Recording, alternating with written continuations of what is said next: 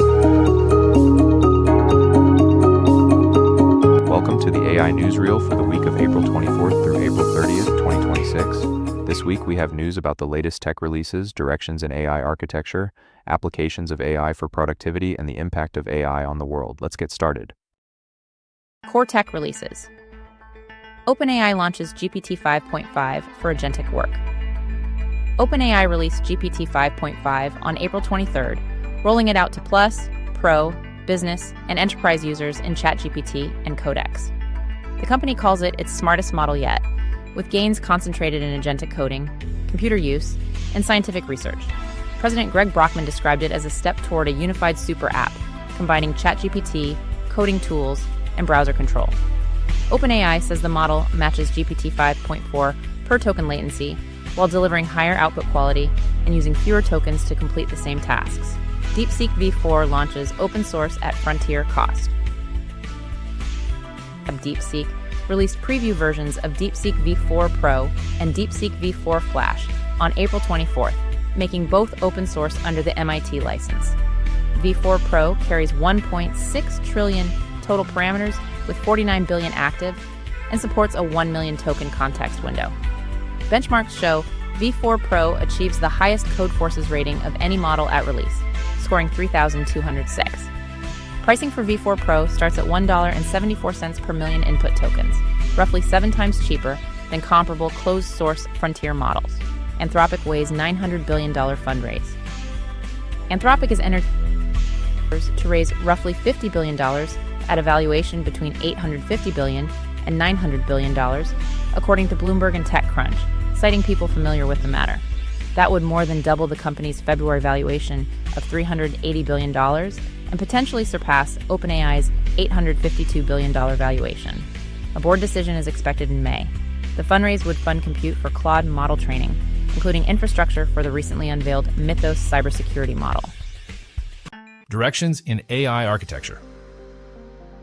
Mirror Code shows AI completing weeks-long coding tasks.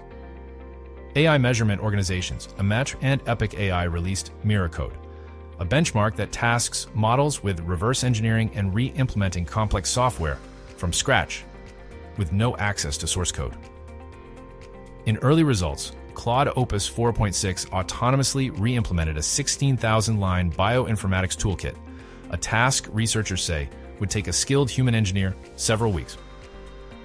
Import AI's Jack Clark noted the benchmark shows frontier models are already within striking distance of a human software researcher on long-horizon engineering tasks. A full benchmark release, including more target programs, is planned for coming weeks.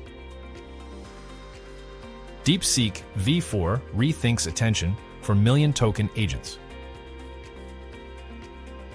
DeepSeek's technical report for v4 identifies the quadratic cost of standard attention as the binding constraint on agentic progress, especially for long multi-step loops over large documents.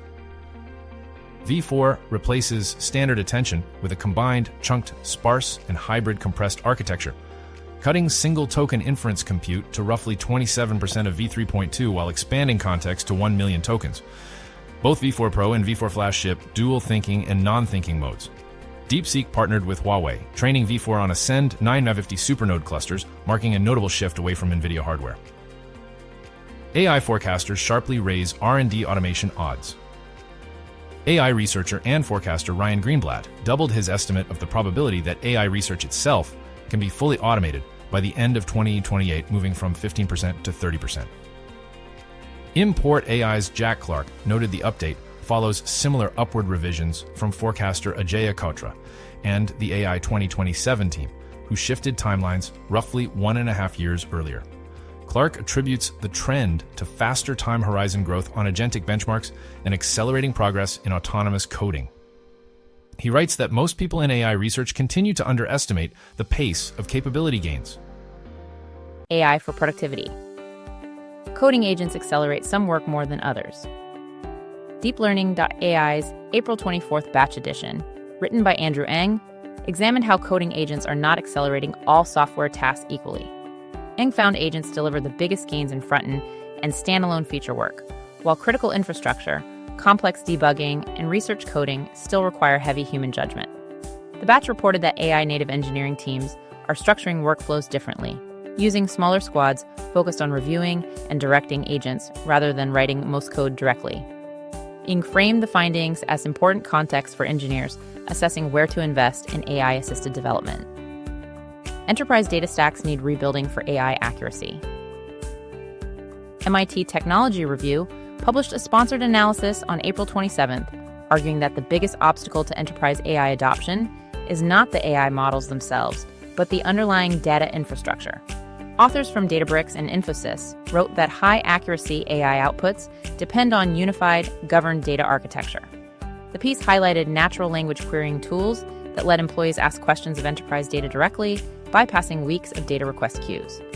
Properly governed data pipelines, the authors argued, are the foundation required before agentic AI systems can be trusted with business-critical decisions. LM tooling gets major refactor with LM 0.32. Developer Simon Willison released LM 0.32, a major backwards-compatible refactor of his open-source command line tool for accessing large language models. The release restructures the plugin and model registration system, making it easier to install third-party model providers and chain models together in scripts. Willison noted the refactor was driven by growth in available model providers, now including DeepSeek v4, GPT 5.5, and Claude Opus 4.7 via plugins. He also documented GPT 5.5's availability through a semi-official Codex backdoor API endpoint, which he accessed to run benchmark image generation tests. World impact. Big tech cloud earnings prove AI capex is paying off.